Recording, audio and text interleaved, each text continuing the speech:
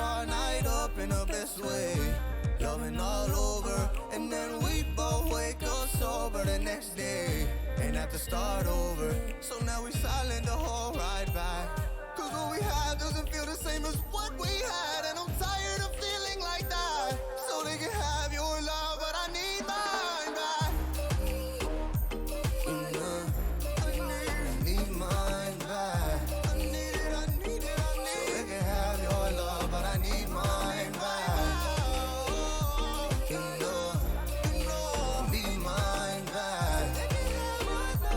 So they can have your love, but I need mine back.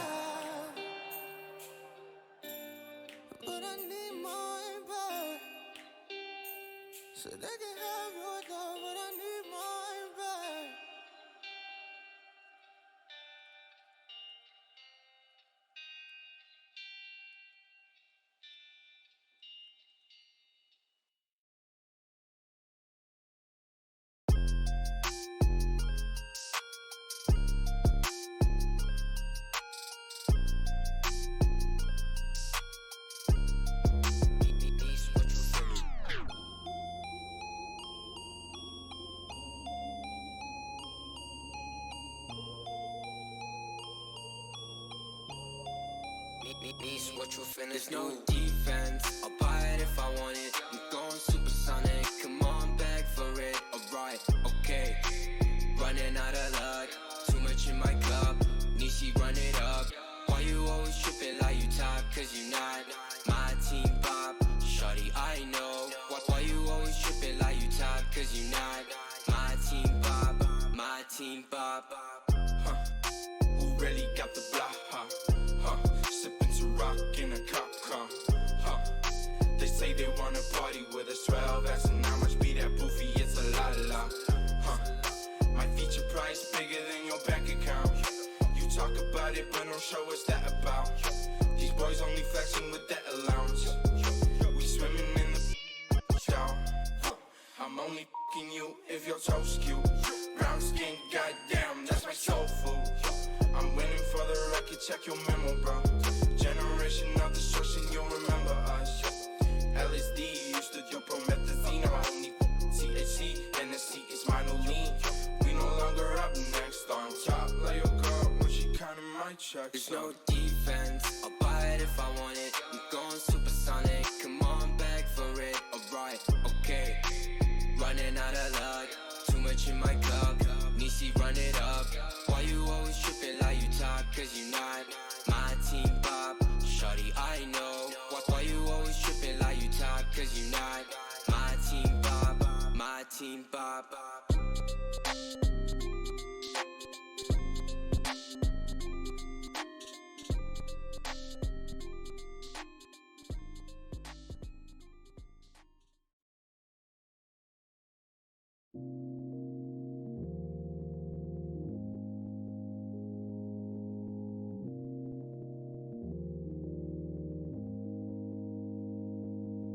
Once I turn my back, ain't no turning back.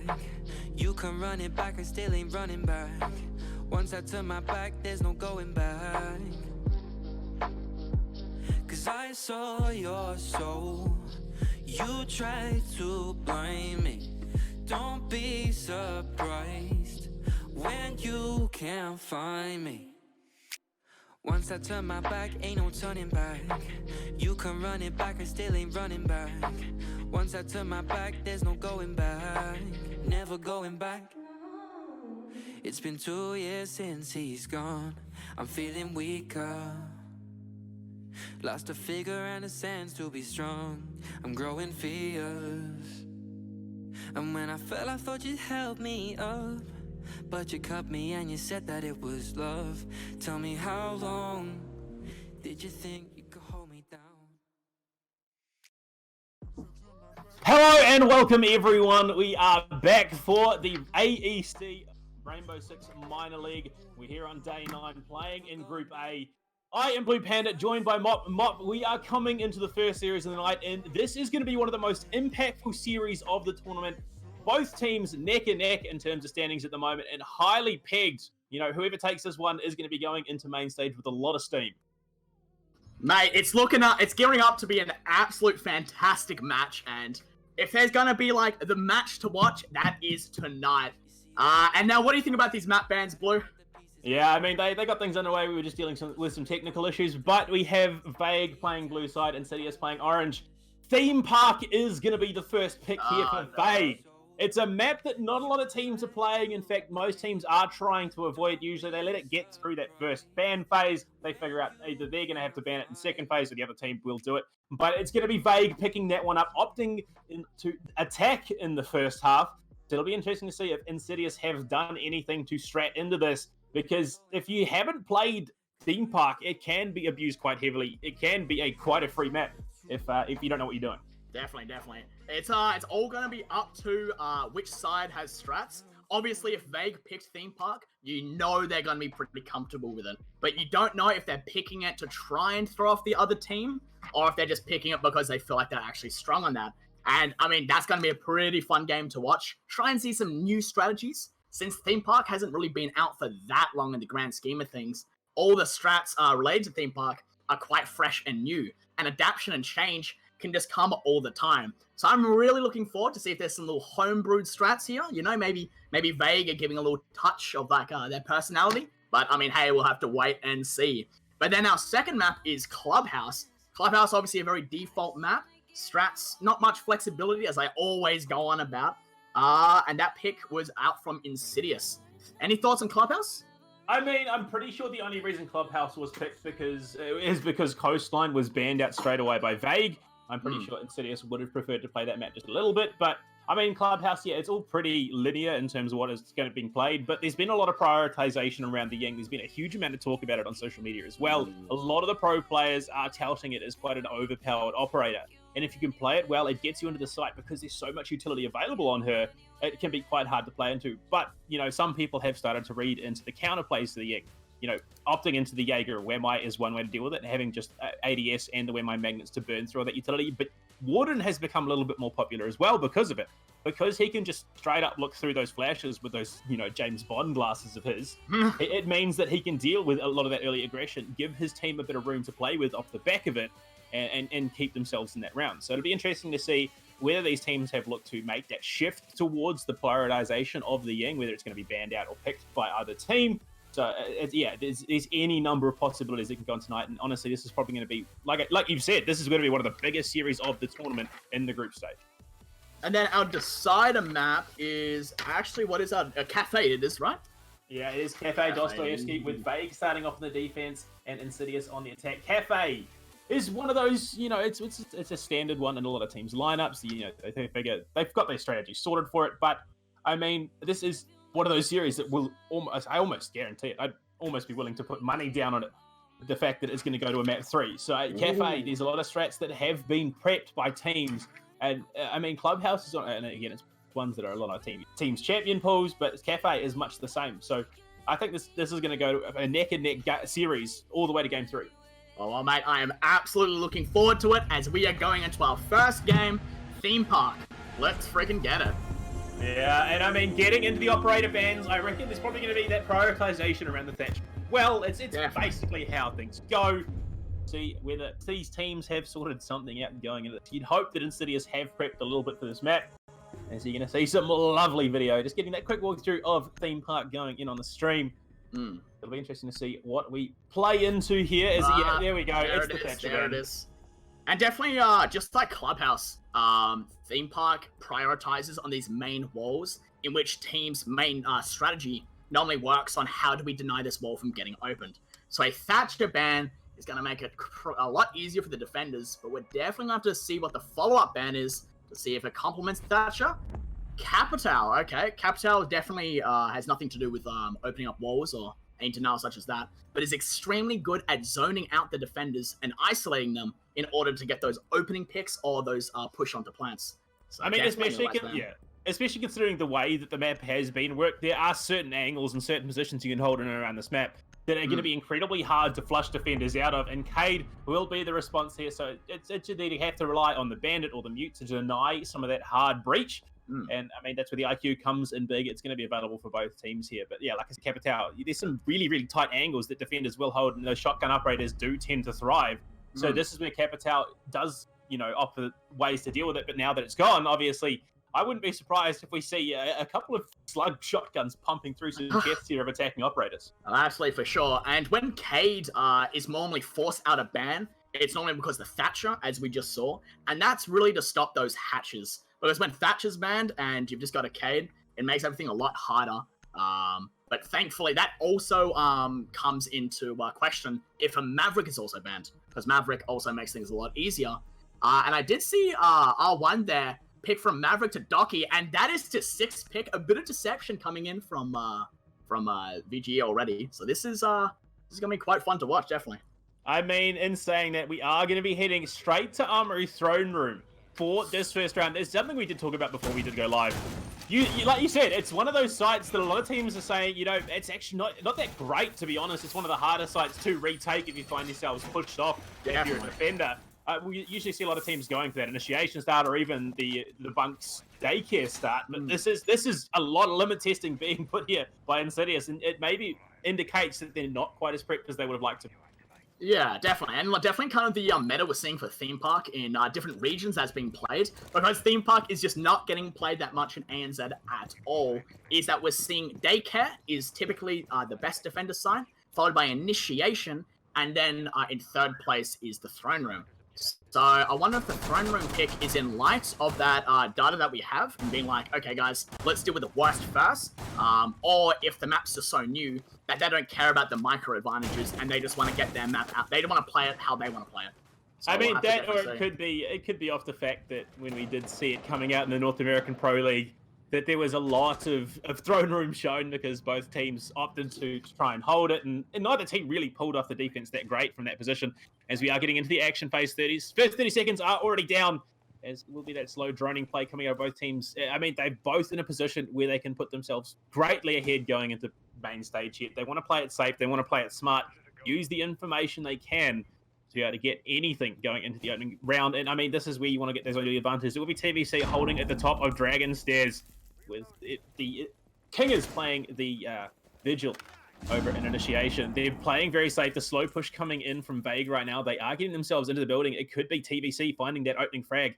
Culver on the Ash. It is actually Culver, despite what the name says. We're pushing into the bathroom down on the first floor. TVC looking for something. A double kill from Spark to open things up with the Nitro Cell. That is the Thermite and the Maverick God. That is their hard breach. Completely denied right now. Wow. Insidious in a great position to take this opening round. TVC still playing at top. Dragon says King is there looking for something. He gets downed, unfortunately. Kahuna finding that frag with the Ash spray coming up from TVC. Will refrag him out instantly. 4 versus 2 currently in favor of Insidious. They have blown this round wide open. He's looking for another TVC with a double. He doesn't know that there is actually the Ash in from behind. Will frag him out straight away. Culver finding that one, but Culver has so much work to do in this opening round. This is a rough situation at the best of times, but considering, he's found her down onto apples as well. A spray through that soft will put the Maestro in a rough situation. Sparked and Redmeister have a lot of work to do here. They need to delay things out. There's so much time for Culver to work with. So he's just going to play it safe, look to roam around, go up to that top floor potentially. And charge going out, opening up that reinforced wall at the top, trying to find any sort of angle that he can. He's jumped up on the railing, looking deep into Throne Room. He doesn't know that it will be the pickup coming from the Bandit there, as Apples is back in this 3 versus 1 again. 40 seconds left on the clock. I mean, that's not how we expected this round to go. Oh, not at all. Oh, not at all. When both your hard breaches get opening pick, that is probably the most unideal thing. And Culver finds the first. They cannot find a second Bandit behind the Throne Room, and wow, absolutely wow. I could not believe when both your hard breaches get opening picked through a Nitro Cell. Oh man, you hate to see it. You really hate to see it. Yeah, I mean, it makes that push so incredibly hard getting into that site. It's like I was saying, Throne Room is an incredibly hard site to retake if you're a defender, but it's also incredibly hard to take if you find yourself in a defense on attack as well. And they just anchored it so well towards the end. TVC just being an absolute beast from the top of Dragon Stairs there. Helped clean up a double for himself as well. As we are going to be heading to Bunk Daycare, one of the more preferred sites on this map. Will be interesting to see if Vague can change their strategy a little bit and get themselves on the board. And it's good to see Bunk coming out second, and that does kind of suggest that possible, they understand that Throne isn't the superior side, so they lost it the first time, the gamble wouldn't really pay it off, screw it, let's just go over to Bunk. And now hopefully we're gonna see maybe a stronger Vague here, despite Throne Room definitely being a bit of a worse side, with the type of hold they had, which in two people upstairs, and they were dominating the top Throne Room, it's really hard to push onto that and clear both the roamers.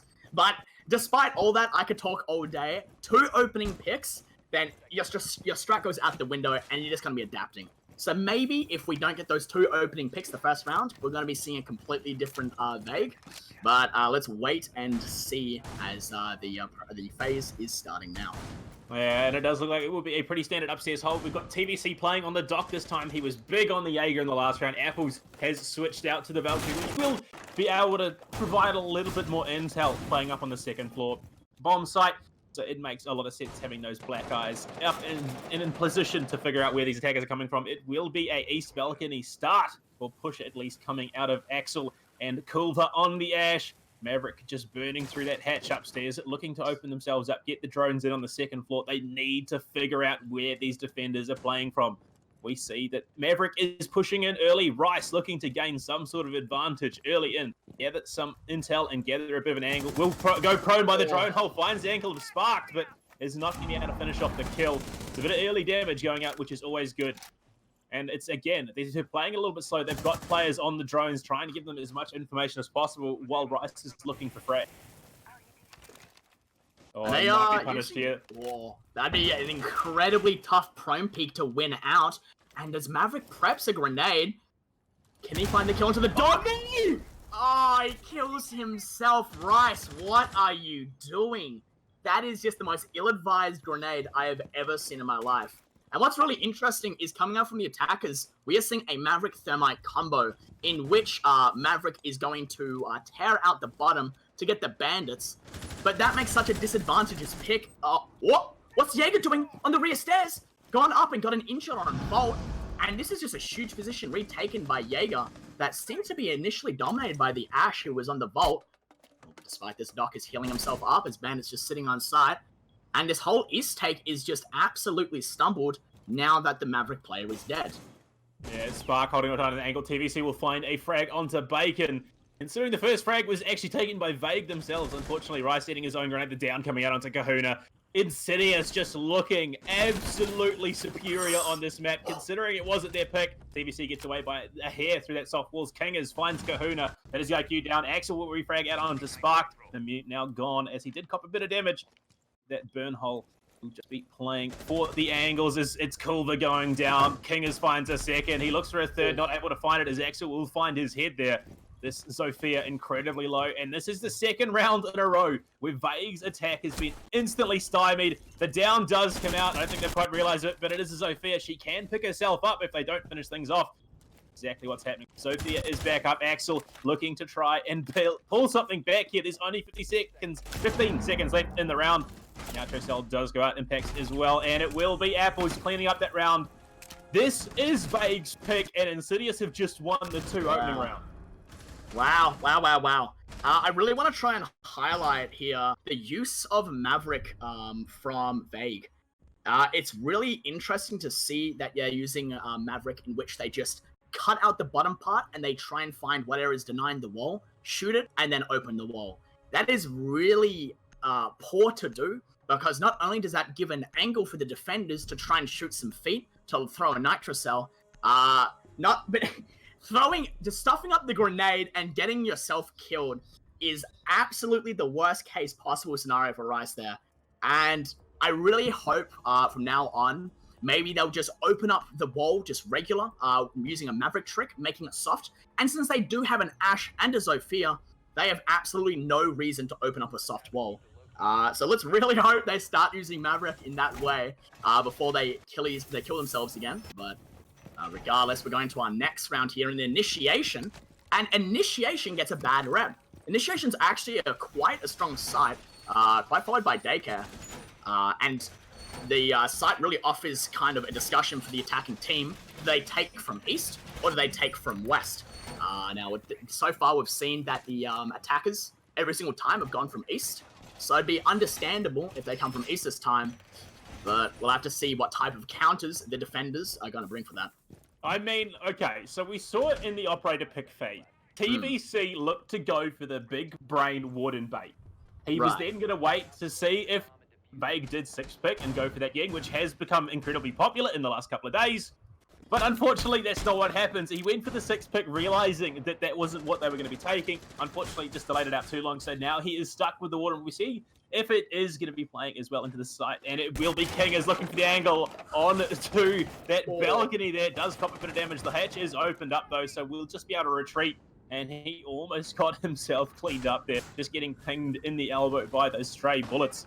And they are going for that hard, aggressive push into breakthrough. It will be Rice on the Maverick looking to the drone hole again. He caught the ankles of Sparked in the last round and unfortunately fragged himself out, literally, with that explosive frag grenade. And the IQ is in with him. They're looking to figure out what is reinforcing, or at least keeping these reinforced walls alive. They might look for the swing onto TVC. I don't think he's quite realized that there are attackers in this position already. He's swinging wide onto Blower Arcade. Has been thrown out. The spray through the door is going to be Kahuna finding that opening frag. He ran straight into the arms of 3 attackers here for Vague. So they find themselves for the first time at a man advantage in this round. So it will be that western wall being opened up there. Sorry, eastern wall of initiation as we did switch out. Kangas finds a kill onto Culver though, evening things up. The Jaeger finding a second. Kahuna gets his head blown off. That is the IQ gone now. King is going big so far on Theme Park. He's done a lot of work to keep his team in these rounds. And he played the top of Dragon Stairs in that first round incredibly well. The ADS eating through this utility coming out of the attackers. Axel and Rice have a lot of work to do. The concussions aren't going to be there as the ADS are in position. Bacon copping a lot of damage as well from that SMG-11 in the hands of Sparked. And they're trying to find some sort of egress as the flashes are going deep. But all you have to do is turn away. They've got so many positions to play in and around. Kingers will be dropped by Axel. The Zofia pushing in aggressively. It is just going to be holding a tight angle if he can. Nitro Cell is going to be thrown here. Not going to be able to find much. Does get the down onto Rice. So they have got themselves some advantage. And he's just going to be holding this tight angle. The MP7 finds 2! It's Sparked with that SMG-11 in hand. Taking it down to a 3v1. Axel, we've seen him here before the last time. He got down, had to pick himself up, and couldn't find anything. 44 seconds left in the round. Insidious are on point tonight. They have come to play. They are not mucking around, Mop. Oh, this is absolute good gameplay from Insidious. And honestly, look at the cross angle they have on this poor Zofia. Bandit goes up for a swing, and then Zofia gets the first one to Bandit. But the 2 remaining defenders have an excellent cross, and Sparked takes the one-on-one actually on AXL and wins it out.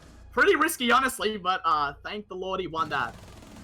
Not only that, but he secures himself the triple as well. What a play coming out from such a tiny gun. Heading into round 4, 3-0 on Vague's map pick. You've got to wonder if maybe this was a ploy to throw off Insidious going into this series. They figure, Insidious probably hasn't stratted anything on this map at all. Coming into it, Insidious have a plan, and it is working.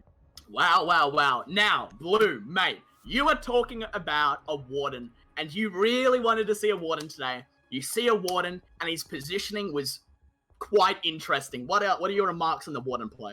Look, I mean, I don't think it was what they wanted to do. I'm pretty sure it was just, a bit of a bait to try and figure out whether or not they were going to commit to a 6-pick and go into that Ying because it has been so popular. It was a bit of a misread by TVC, unfortunately, and it doesn't quite work out the way we would have liked it to. And he just pushes straight in, doesn't have the intel he needed to know that there was actually 3 attackers in that room that he was running straight into. We'll see if he can play a little bit differently, play a little bit smarter on that Vigil this time, but they're getting themselves set up downstairs in Throne Room once again. I mean, it didn't work the last time for Vague. What makes them think that it could work a second time? Insidious are just playing out of their minds right now. Honestly, and it's really not necessarily the strategy that's really killing Vague. It's just these absolute individual plays coming out from Insidious that is getting these 3Ks, these 2Ks, and just these hero plays that are just coming out are really carrying Insidious. So maybe if Vague just starts kind of acting a bit more sensible and doesn't get opening picked, we could see something turning around. But I mean, we're gonna watch this site. And assuming this Bandit's not going to get the opening 2 picks, we'll have to see how Vague plays it. And yet again, they're taking from the east over. Yeah, and I mean, considering we're going into the 4th round, Sparked has gone massive right now. He's got 5 frags under his belt. He secured that clean double with the Nitro in the opening round, and then got a 3K with that SMG-11 on the mute as well. Insidious, they're playing outstandingly right now. They're playing smart. They've got superior frag potential coming into this map for some reason. We thought this was going to be a lot more even than it has been, and it's just been Insidious dominating 3 rounds in a row on the defense. So it'll be interesting to see how they play on this. It will be the workshop push here as the Nitro cell has been ripped. They're looking to make something happen. The bandit trick is coming out though. So they are looking to delay. The frag is being cooked here through that top window. It will land, do some decent damage onto Red. He is going to have to play a little bit safer. The bandit battery, though, has been destroyed. No, he's held it. He's pulled it back. He's probably going to get the frag. Rice gives themselves the egress they need to get in on the zone. The Vigil looking for the frag. We'll find one traded out immediately by Kahuna. It is going to be Culver. Drop the Ash now is gone. So they have no real way to deal with any deployable shields or those Evil Eyes. It will be the Zofia, though, there with the impacts. Hopefully the ADSs can read it out. King is from above. He doesn't know there's someone there with him in control room. He might get fragged out here completely unpunished, as he is going to be the delay push. Bray coming through. Kahuna looking for what he can find. I think he's realized someone is there. Sees the head. He finds King as double kill for the IQ going into this round. 4 versus 2. Sparked and Apples looking in a rough spot. We'll find a bit of damage out onto Axel. Not going to be able to find much. That big Elder is there, though, for Apples. If they line up for him, he could clean up this round. Sparked in position with the SMG-11. Looking for one. Doesn't quite find it. Goes prone. Reloads. There's an attacker in on the bomb site. Sparked has a lot of work to do. He's swinging wide. They have control of Throne. Bacon will find him. It's all up to Apples, and he gets dropped straight away by Rice. Bacon found their first round.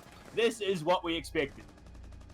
Perfect. A really good play from Vague here, as they just really carefully played out the attack from the upstairs and from the east side over. However, it was really interesting to see that the defenders offered up a different hold than previous. Although they did have a Jaeger Vigil roaming combo, they shuffled them back from starting around initiation cache all the way to the bunks and to cafe. And that really didn't really work out for them, as their early aggression was absolute chief in order just to stop that push and that take from the east. So I don't really know if it was like an ill-advised decision to try and stop what was working, but we'll have to see. But yeah, it's definitely unfortunate that they got both those walls open, and that Bandit's tenacity, God bless him, to stick on that wall, and Insidious is sticking Throne Room. Yeah, I mean, they made an adaptation, though. Apples has switched out from the Maestro onto the Whammo, so they're going to have the magnets there to be able to deal with that utility coming out of the Maverick. So those frags are just going to be that much harder to land. Yes, they are going to still explode, but it will give Red plenty of time to back off if he finds himself in an unfavorable situation. And I mean, going into this 5th round, 3 versus 1, Vague showed they are here to compete as well. They played that very, very cleanly, playing from that workshop position. If they can do something similar, I don't know if it's going to work this time, though, because Insidious have adapted. It's going to be quite curious to see how the adaptation assists their hold. Let's go, Kingers. This is what you want. You want that opening pick again. He's looking for the run out. It's got to be on the Thermite. The Thermite is there. He's looking for it. He's swinging wide. Sees one. He sprays. Not going to be able to connect, though. Ambitious out at Kingers, but they want to get themselves an advantage early in this round. 3 attackers now in position. It's going to be the roam from TVC holding the top of Dragon's Stairs. We've seen him do this before, Mop. If he can pull it off the same way, he could decimate this attacker push. It's definitely all up to the Jaeger and Vigil extremely early on, as we do see Wamai holding the exact same position he played when he was Maestro. So necessarily, I guess they're trying to remove those grenade lob-overs to maybe save the Bandit. And Jaeger's going to try and get this opening pick onto Ash. Unfortunately, TVC getting dropped this time. Not going to be able to repeat history from that same position. Culver will find that one. They find themselves with a man advantage currently. I think they may have realized that there is support for the defenders up here. It will be just that tight angle being held by King as he's so close. He might be able to find something if he does decide to swing, but he's going to play it safe. They're looking to push in through up to that main hallway. I mean, the drone is there. He's activated it. Spark finds the frag from below with the nitro cell onto Axel. Zofia is no longer alive. Holding in from bunks is still going to be Kingers. He's holding this tight angle. They may have realized that he's there. The IQ in position. They're going to scout it out. They know where he is. So this is going to be a tough hold out of Kingers right now. He's going to be flanked in on the shot going through the wall. Not going to quite land. They're swinging wide. They know he's there. They're looking for the frag through that soft wall. Not going to be able to find it, though. So they will just take it easy. King is copping a bit of damage off the back of that frag grenade out of Rice. But he's going to reposition, look to get themselves a better hold, and it's going to be the Maverick once again playing from this workshop position. If they can open up, look for a frag, they might be able to open things up. They have the burn potential with that torch, and they are getting themselves in position, as it will be the explosion coming out, the Ash charge opening up to get themselves a better angle. The Where My Bag, it will find something, the grenade picked up, but they do have the exothermic charge out, so they will be able to get themselves a way into this bomb site from the east. It will be Culver still playing from upstairs, looking to mop up anyone that is playing from the flanks. I mean, they've got to get onto this bomb site. We're in the final minute of the round. They've delayed things out enough. Sparked is going to be down there with the play from that drone hole. A bit rough. Actually, no, I believe it was the Ash from above.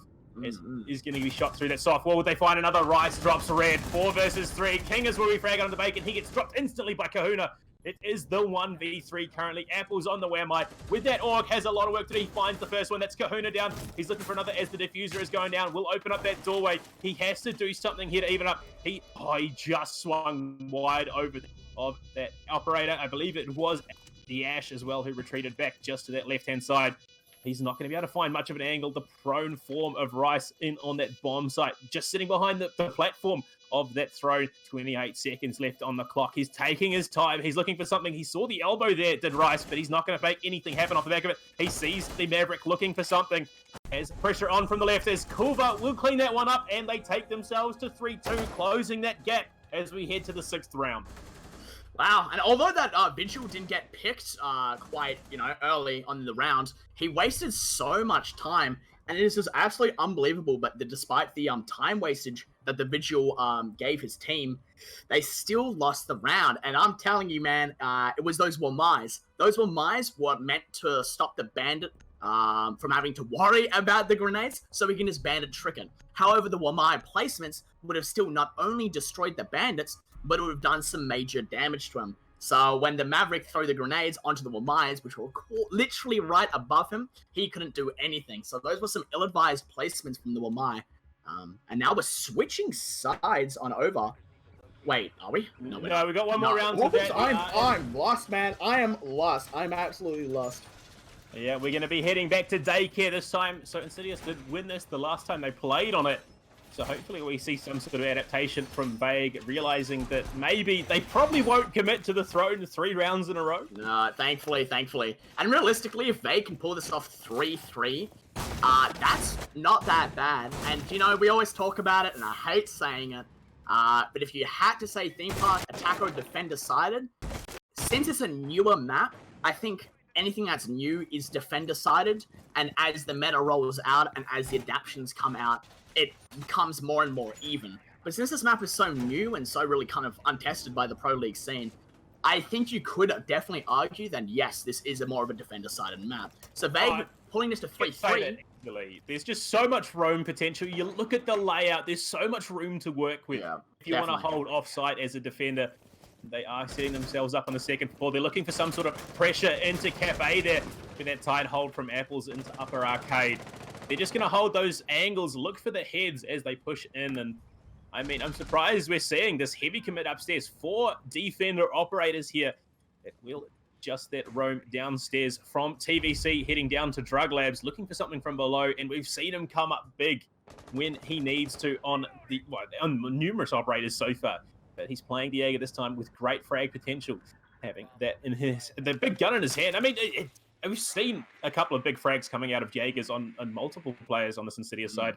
And it really comes down to who finds that opening frag, as the drone will be there onto Apples. They've realized where he is, and you can see he's a little bit shook by that, just spamming his mouse left to right. Unfortunately, not going to be able to clean up that drone. So we could see that push here from the Maverick onto that daycare wall. And it's still that wide roam from Kingers from downstairs. Well, Thermite is opening up the north wall onto Cafe, giving Thermite an incredibly long angle. And this is a take I've actually never seen. They've ignored their normal east. The top of Dragon Stairs. It's Kingers coming in from behind. He's got a great position here. If he can get in behind, if they don't read this, they have no roam threat. They're going to play it safe. It does look like they have figured it out. They're looking to pressure in from behind. Kingers may have heard some sort of audio cue, is just going to back off. And look at him. He's swung into control room. He's got the support of TVC there. Kahuna with the G8 just going to be spraying through some of these tight angles, trying to find something. Kingers position. Sees one. The spray goes out. Kahuna copping a bit of damage. As it will just be Kingers backing off that angle, not willing to commit. Kahuna might aggressively push in here to try and contest this control room and clean up the threat from the back. They find one Bacon closely fragging behind onto TVC. That's the dock down now, so they won't have the stim pistol. The head of Kahuna will be blown off by Apples as he himself... Oh no, he gets down, but Sparks will find the kill onto Kulva. Rice being dropped there with the MP7 in the hands of Red. So it's all up to Bacon and Axel. This is what they see the diffuser going out. Will find the hit. Axel drags out onto Apples. It's a 1v1 currently. It's up to Bandit versus Sophia. Axel will take out that black guy. Red with the MP7 has to find something. Sees the swing there. Knows exactly where Axel is. Either has to commit to the bomb or try and contest, find the kill and return. I don't know what the plan is. He's committing to it. He's sticking to the diffuser. No, he's pulled off. I don't know what is going to be happening here. 20 seconds left. He's going for the wide swing. Pushes out aggressively. Axel finds the flag, evening it up. Wow! What a shot from Sophia. Was this insane? Or am I wigging? Wow! He flicks away, flicks back, and takes the head off Red. I wonder if Red had stuck to the diffuser there, would he have been able to get it? But going into the half, 3-3. Wow, Sophia just absolutely flexing the control of her gun. Just, you know, flicking off it, going just absolutely nowhere, and flicking right back to the Bandit. Almost throwing it, but just, yeah. Well, I guess Sophia's just better, boys. I guess she's just better. Yeah, and we are going to be heading into the half. The first bomb site Vega will be playing is Bunk and Daycare as we see TVC 6 picking off that Sophia into the Maverick as we see the Maestro being 6 picked out for the castle. This could be a bit of an extended hold up on the second floor. Could be a rough one to push into, especially considering they just switched out of Sophia. They do have the buck though, so we will be seeing that vertical play coming out of Insidious and the roam denial of the Nomad. And I think it's, if we look at the stats, just for the 6 rounds we've looked at, they lost all their first 3 rounds of the game, okay? So it was Throne, then Bunk, then Initiation, in which they lost all 3, a full sweep, and then after that, they just didn't drop a round. And that could prove some sort of adaptation in which they're like, okay guys, sure, we lost to this, but we're not losing to this again. And as we can see from that last round, that push from Cafe is just an absolute excellent adaptation on the Insidious's heavy East hold. So definitely was a really smart play from them. And I wonder how their defenses are going to roll out. As a Valkyrie placing a deployable shield down in Cafe, looks like they're going to hard hold Cafe to watch for this early push, and they could rotate depending on what they're going to do. Oh, Bacon is looking for something here. He is holding that angle on the Cafe doorway. But I mean, going into the half, it's Vague with all the momentum here. They've played this so well. Kulba is going to be sticking with the Mozzie there. Getting his spray pattern sorted at close range. We see Kahuna holding those yellow stairs there on the north side. It will be those breach charges coming out, opening up the second floor, looking for some sort of way into it. And again, it's that push in from that eastern balcony. They've got themselves into Cash Stash there. They're looking to control this northeastern corner. They've got Buck as well in support. Sparked on that Canadian operator is going to be looking to blow open some of these floors. They see the castle door and bathroom as well. Office showers now being held as Kingers will open things up. That is Kahuna down. They found the wide swing of the Jaeger at the bottom of Dragon Stairs. So they have full control over this eastern second floor. It's going to be a hard retake if they do get control of those bomb sites, considering just how spread out these defenders are. Mozzie's just sitting there in Bolt off office, as it will be that office showers door being opened. Sparked, no, sorry, not Sparked, he was playing the mute last time. Rice is going to be holding Initiation upstairs as well. And they're playing so slow as the second half of the round is going to be kicking off. They're using those drones, using all the sources of information available for them. Spark is just going to be spraying through, not going to be able to find anything. Culver opens it up onto TVC, taking it back to a 4 versus 4. Sparked finds the head of Axel. That is the castle gone from Yellow Stairs. Culver will find Kingers though. 3 versus 3. He will be refragged out instantly by Spark. Double kill for him. Rice going big with that SMG11 onto Apples. Thermite's gone. He finds a second. That is Red down now as well. Sparked is all alone in a 1v2 situation. Doesn't have the frag grenades. He's going to be feeling a bit rough. doesn't have any utility whatsoever. The prone form of Rice will be holding that corner with the SMG-11, sees the run out, finds himself a triple as Vague open up the first round in the second half on their defense. Wow. Insidious's full East take was just absolutely countered by Vague's extended hold specifically to watch East. And if you're wondering why the Valkyrie player was in Cafe, is that if they did decide they were going to have a few people West and a few people were going to come from Cafe, then they can just absolutely rotate over, no worries about it. Although they would have lost some castle utility, their hold was so dynamic that they could decide where they wanted to hold. And that extended hold into Vault and into the throne is just absolutely damn fantastic. And just, wow. It definitely sucks to be Insidious right now because Vague have all the momentum.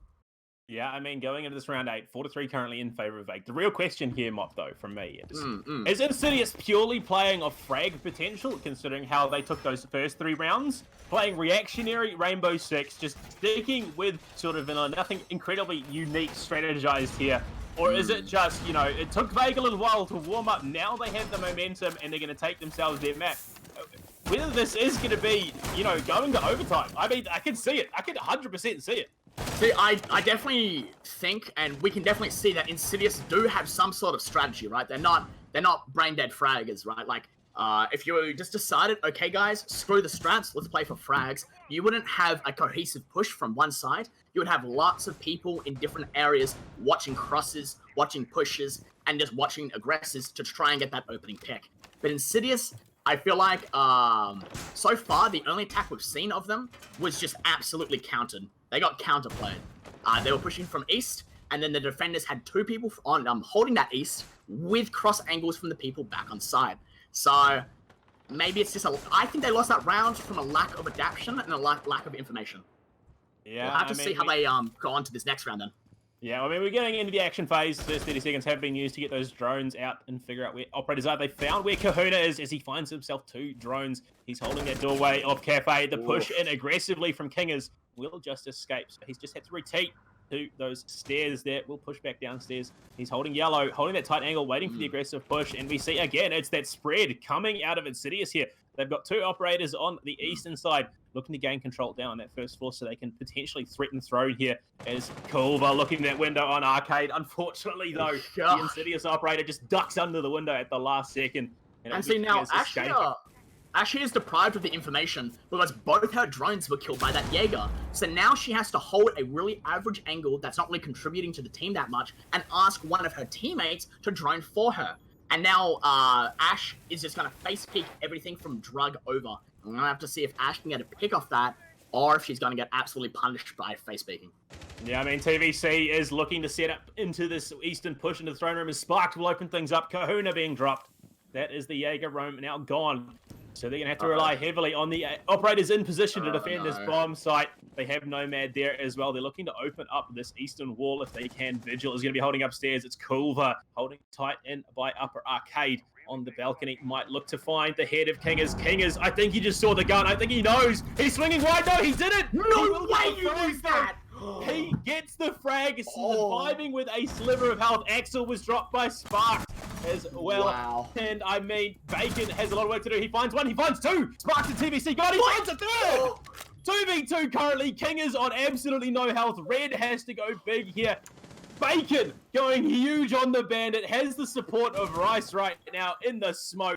And I mean, there's everything to lose here right now. And I just don't know what Insidious can do. Their push looked really clean. And then Bacon went big, pushing into the doorway, holding that pixel. He will be fragged out in the end. Red finds it, but he is down. Has Kingers in support. Kingers has no health right now. Even that poison gas grenade could finish things off. Not quite going to land. Red is picked up. They are incredibly low. All it would take is 1 clean spray out of Rice right now. 13 seconds left in the round. Dumping utility flash goes out. He pulls in behind that wall. Kingers pushing into the gas grenade is just going to survive. Red gets in behind Throne. He's getting the diffuser down. 5 seconds left in the round. They are going to get it. It's all up to Rice right now on the smoke. Has no poison gas grenade. Swings wide. Doesn't quite see the operator behind Throne. Pushing behind that pillar. Might be able to find the angle. Does swing just a little bit too far. It is Red on the Nomad. Doesn't have any form of utility to be able to dump in. Jumping over the shield is Rice. He finds the first one. Looks for the second. He might have it here. Pulls out the shotgun. He goes for the shot. Not going to land it. Oh, he sees it on the right swing. He looks for the swing to the left. Not going to be able to find it either. He's pushing in aggressively, trying to find it. It's up to Red right now. He's got a lot of work to do. They're looking to the angle. 17 seconds left. No. Red is playing such clean delay game. Pushing aggressively. No! How? That is actually crazy. That is not what you want to see, honestly. That is absolutely getting baited by Red there. Literally just running around. And really from Vague, there just must be a lack of inner communication. Because that Ash versus that Vigil, Vigil should have called out, hey, Ash is literally 1 HP. I don't know how this chick is not dead. And the Nomad was downed, or at least sprayed at, so they both have to be lows. They have to be, both have to be incredibly low. So Rice wasting those smokes just to delay them for an extra 5-6 seconds just was not worth it. If he saved his smokes for that plant, then that was the freest win of his life. But we cannot draw away how skillful Red was to not get shot by that shotgun a single time. That is amazing. I mean, the thing I want to talk about, as we are going to be heading straight back to Armory Throne, Bacon found 3 kills onto the attacking side of Insidious as they just one by one ran out, giving him those frags. And Vague still managed to lose that round. It was so close. Neck and neck, down to the dying second. Red did an amazing job delaying it. He did die in the end, but he'd stalled it enough that he was able to pick up the refrag instantaneously, and they even things up once again. This is one of the biggest series in the group stage, and it's definitely proving itself to be. Yeah, this 4-4 is going to give me some mad anxiety.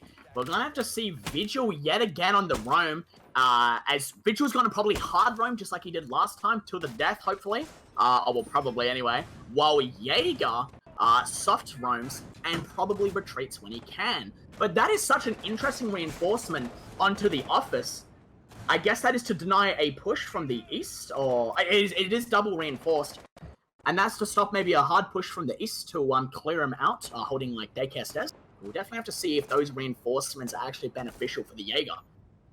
They're getting themselves set up as we are already 30 seconds into action phase again. This is the position we've seen both teams in time and time again. That first part of each action phase used to drone out, gather information here where they can to get themselves the most favorable position, pushing in and around these bomb sites. They know that there is a Vigil in the defending lineup. The hold from Kahuna into Cafe once again. It's going to be King is looking to contest that as the drone was cleaned up. I don't think they've quite realized that he's holding there behind the bench, but they will just back off, heading back downstairs. They've got the pressure into this drone room from the east again from Workshop. 3 defenders there. Oh my lord, Axel almost had the greatest angle with the Elder. He gets dropped as TVC on the Zofia will clear that one up with the M762. And I mean, he almost had a great position there. They both ran across the lines of sight. Could have been cleaned up quite easily by the Elder. Concussions going deep into throne room drones as well. So I think they know that Bacon is here, that the ADS will pick up that air jab. We might see an aggressive push. C4 going deep, not going to land on anything. Kahuna finds the frag onto King, is taking it back to a 4v4, swinging wide. Parked takes the frag onto Bacon. It was an ambitious push with that MP7, and it didn't pay off at all. 4 versus 3 in favor of Insidious, and they are in on the bomb side, getting the plant down. This is going to be a rough retake from Vague right now. Missed the smoke! And he gets the free plant with no smoke damage. And now playing post-plant turns into a 1v4, and it is all up to Kahuna on the Jaeger. He's gonna go push onto 90, try and get a pick. He gets 1 pick! That's huge! If he can just follow this up, he can start playing like an isolation game, trying to get these 1v1s on these attackers to try and get this plant. Yeah, he's got himself a double already in this round. Sparked is incredibly low, so if they look for it, he's not going to see left. He's not going to see at all as the defender is outside. Sparked holding that angle outside the window. Not going to see it. Push it coming into throne room, and it will be Sparked. Jumping back in, cleaning that up. They get themselves the advantage once again. And Insidious are in the lead. 5 versus 4 going into round 10. And I don't know what's happening. The momentum swing has been so severe in both directions. I can't honestly call which way this is going to go. I'm just saying this for free, okay? The only people to win Throne, okay, was Insidious when they got a 2k off a Nitrocell throw. Throne is a bad side. Throne is not the best, boys. I'm telling you right now. Throne is not what you want to stick. Please, for the love of God, go Initiation. You will do so much better. And I don't know if it's what type of like mentality it is to keep sticking throne, but nobody has won throne convincingly at all, apart from getting that 2k at the start of the game. I mean, So- you say no one's won convincingly on throne. Insidious have on attack. Like, it has been just systematic deconstruction of the defense from Vague, and it was a interesting pick for sure. And this you've got to imagine their mental is a bit shot right now, considering for they sure. picked this map and they are finding themselves having to fight tooth and nail just to stay in it. Yeah, for sure. And what I meant with that is that it's not the best for defense. It's not the best site to stick over and over, sort of thing. So thankfully, we're seeing that daycare has been opened back up. So could go to another 5-5. However, what's going to be key in deciding this round is, does Insidious know, okay guys, for the love of God, there is going to be 2 people holding east. There's going to be castles. There's just so much utility. Let's screw this off and let's do a different take. Or if they're just going to just absolutely smash it through. But only time will tell. But instantly the spawns are different, as 3 people were spawning north. So there could be some huge adaptations coming in. Yeah, I mean, Insidious just looking on point time and time again in this match so far. Bacon again in this position on Cafe Door, looks for one, finds the head of Spark. Oh. That is the buck down. It finally worked for him, and they've got themselves an advantage in round 10. And I mean, we saw this map played in North American Pro League. And if I remember correctly, I think it was like 9 of the 11 rounds, as I say that, as Kahuna finds the second onto Kingers for 5 versus 3 in favor of Vague, looking to even it up once again. 9 of the 11 rounds or something crazy that were played on throne because no one could hold it effectively. So it shows just how weak the bomb side is for defenders, because yes, you might be able to anchor it incredibly well, but retakes are next to impossible just because there's so many different places to hold for the attacking side. I mean, the first minute of this round is gone. Kahuna finds another onto TBC. And as much as Insidious have been looking dominant on their attack rounds, this defense is just working for Vague. It's all up to apples and red right now. Not a single point of health being lost by Vague so far in this round. These drones are going to have to go big and figure out where these defenders are. They know that the Valkyrie is currently holding in Cafe in that tight angle. You've got to wonder if they can find the frag, though. But even if they do, there's going to be so much support on the back side of it. There is really no way they can push into the second floor without being either scouted or fragged out immediately. This is just going to be the most impossible task for Insidious, as both Apples and Red are desperately trying to look for some sort of opening pick. And Kulvar is taking an incredibly aggressive angle onto this vault to try and assist the Valk on the swinging. And he could be, ripe for the opening pick. We'll have to wait and see, as the attackers still have a minute, which isn't the end of the world. And Kulvar gets rewarded by killing Red, and now it is all up to Apples, the Thermite man himself. How is he going to do this? He ducked under that doorway. It will be the peak from Bacon as he steps up, finds a lot of damage onto the Thermite, and they still haven't lost a single point of health right now. They could get not only a flawless round in terms of operators still alive, but in terms of health. Bacon is still holding Cafe. There's 36 seconds left in the round. Apples, I mean, there's not even a dream at this point. The best he can hope for is to deny that flawless round, because there's no way he's winning this with 24 seconds left in the round and 3 points of health. He swings into the window. He sees the elbow wide swing. Does do a bit of damage onto Kahuna, but it is going to be that slower play once again, not willing to commit, because he knows that if he loses this, actually realistically, no matter what happens, this round is over. Kahuna will find a flawless round out of Vague in round 10 to even things up, taking it to a 5v5. Mark, what is going on? This is just absolutely neck to neck constantly. And here I am like, I really hope they adapt. Adapt they did, but they still just got absolutely crushed. And that's just, oh man, when you make it a 2v5, that is just the most disheartening thing you can ever go against. And that Thermite and that poor Buck, that was just unfortunate for them. There was no winning that. There was absolutely no winning that. I mean, and thankfully, not only was it 2v5, but then at the end, Apples was literally sitting on like 2 health in a 1v5. I mean, at that point, you'd almost just take your hands off the keyboard and let it end. We are going to be heading back into round 11. It's going to be a initiation hold here from the looks of it. And the Wemai is coming out, so they're going to look to try and deal with some of this utility out of Insidious. And this is so neck and neck right now. Just saying, initiation, 100% win rate in this game so far. Nobody's lost initiation yet. I'm just saying. Initiation. Boys, watch it pull up. It is beautiful. I'm an avid fan for this side. Now let's watch how they... And also that decision I was talking about from the attacking team, whoever has to attack this side, do they go from a east or do they go from a west take? Or do they do a bit of both? And this is really where it's up to the team's creativity in order to determine what they actually want to do. And Vega's actually setting up for possibly a west take here as they're opting to reinforce the cafe scaffold instead of the vault scaffold. And that is quite interesting to see. And there's actually been reinforcements onto the daycare wall. So this is a heavy setup looking for west.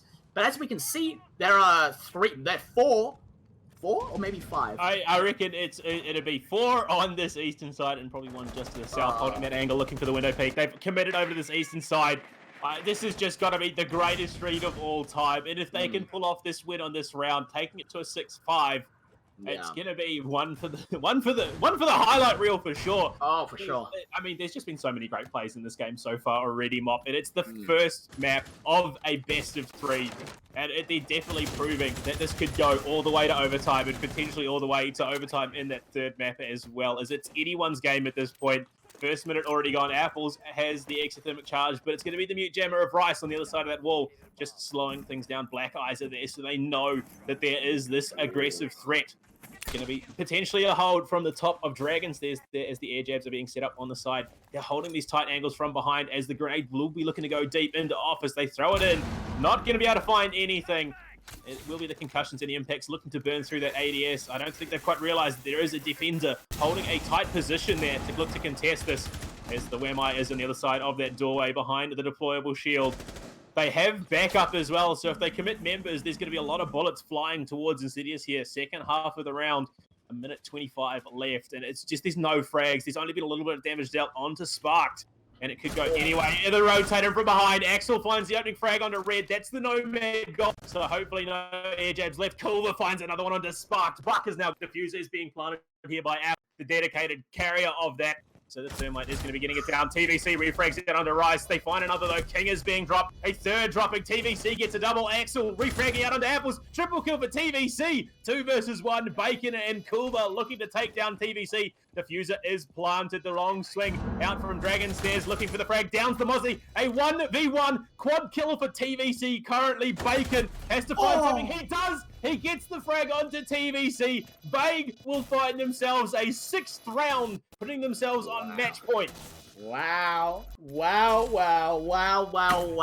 Despite the defenders having a heavy west hold, they still lost it out. And I really attribute that to the lack of a wall denial, or a counter wall denial from the attackers. Like, that mute jammer absolutely stole them out and gave the defenders critical time to rotate over and watch those pushes. If they brought maybe a Cali or somebody just to quickly remove that, that round would have been absolutely free for the attackers. And here we are, 6-5, but, they have to go Armory Throne Room, in which no defending team has actually won, apart from the very first round, in which a Bandit got a double kill on 2 of the hard breaches. I mean, like, if you could pick a perfect round, that's your perfect round. This site could be unsavable.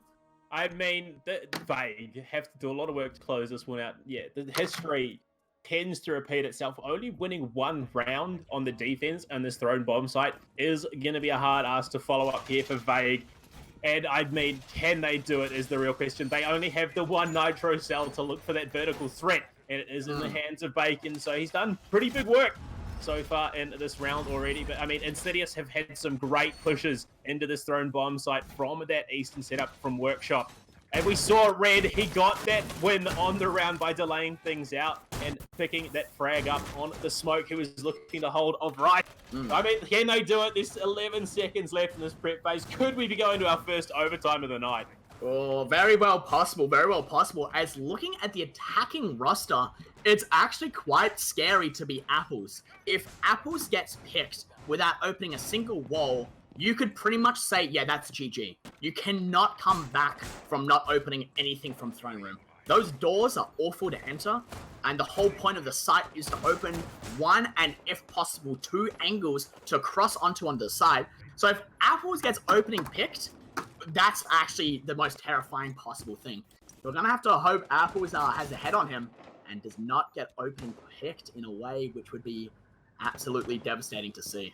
I mean, you look at the setup, heavy anchor out of 3 defenders, and I mean, it's almost like an Africa row out of the other 2. On the opposite side of the map, upstairs. So if they are able to flank in from behind, they see that the top of that wall is opened up. TVC recognizes that. They know there's going to be some cheeky shenanigans coming out if they're allowed to. So they realize there is a threat here. Bandit looking for that trick on the other side. Bacon in position. Will be able to get the Bandit battery down. They figured out what's going on. Flash is going very deep into the site. They do not have any frags. There's no Maverick here. Wow. So I don't know if they're going to be able to find it. They're looking to try and open up this wall. This may be a huge misplay. Concussions are going in. The Bandit is still there. Has the battery. He gets it. No! He denies it at the last second. This push has been completely stalled out by Vague. Well, that might as well have been opening picks, because now they cannot get into side apart from 2 doorways and not even a hatch. There is 2 doorways onto side. There is actually no way you can win this. You would have to get the most insane frags of your damn life and this is crazy. This is bananas. This is not what we... Well, I mean, I say that. This is exactly what we expected out of this first map. Incredibly even. Oh, my lord. Sparked may have scouted out. No, he swings right. He sees it. Does he know? At the last second, he swings too far. He actually could have seen it, as Red will instantly refrag onto Axel. Red, though, is incredibly low. Kahuna as well. He will be dropped by TVC. Insidious look like they might be able to do it. 4 versus 3 currently. Rice, Culver, and Bacon are still alive. There's no one on the site. If they can get into this position, they can get the plant down, because it is just going to be Rice holding from that northern entryway. Maybe a hard push. Red is there. He sees the head. He's going for the spray. We'll just push it off as the poison gas grenade does go in. There's going to be support coming in from behind. Bacon is now in that position to contest here. If he can find something. There's 30 seconds left in the round mop. They have delayed it out. This could be what they need to take it as. King is dropped by Culver. Bacon finds another onto TVC. It's all going wrong here. It finds the head of Rice. So double kill there for Red. 2v2. Culver looking for the rotate in from behind. It is going to be Bacon in on the side, holding it. Red gets down. They find it. They take the first map. Vague will win it 7-5. Wow. When that Jaeger got picked, I thought it was almost over, because the Lurkers, after denying 2 goddamn thermites, I just would expect them just to run back to side and do a 5-man anchor. And then it turned into a 4v3 on side, and wow, they pulled it back. That smoke aggressive kill was very scary to watch, but the Vigil was absolutely right in retaking that position and getting the double kill on the 2 entries. And realistically, that was a very good game of Theme Park. I cannot complain. Look, I mean, there's a lot of teams that are avoiding it. You would have thought that there's a lot of teams that don't necessarily know how to play it. Both teams came, they showed up, they played incredibly well. Unfortunately for Insidious, though, they do not even things up and take it to overtime. We are going to be heading to a quick break, as we are going to be heading to our second map, which will be Clubhouse, with Vague starting on the defense there. So don't go anywhere, guys. We'll be back very, very soon.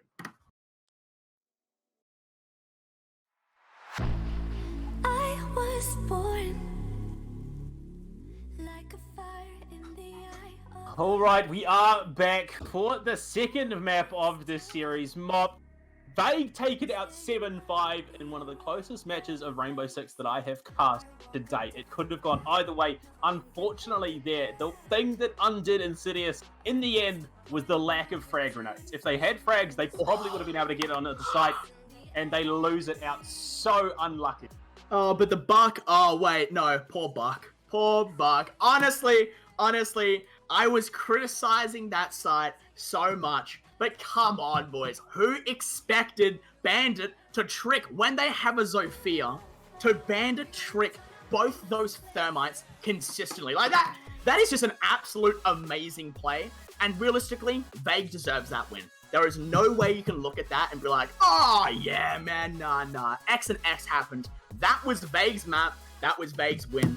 Absolutely well played from them. And, you know, but But we're heading over to Clubhouse now. Clubhouse is something where definitely if your team is a lot more strat heavy, is a lot more meta, you can definitely shine more than such a new experimental map like Theme Park. So I'm actually incredibly excited to see how both these teams contest on Clubhouse, a map that we can definitely understand a bit more. And me personally, I suck at talking about Theme Park, fellas. So thankfully we're on to something fresh, something I actually know about. So boys, strap in and get ready for a damn good game of Clubhouse where maybe Blue, maybe, just maybe, we might see some Ying plays. Because Clubhouse definitely can see a lot of Ying.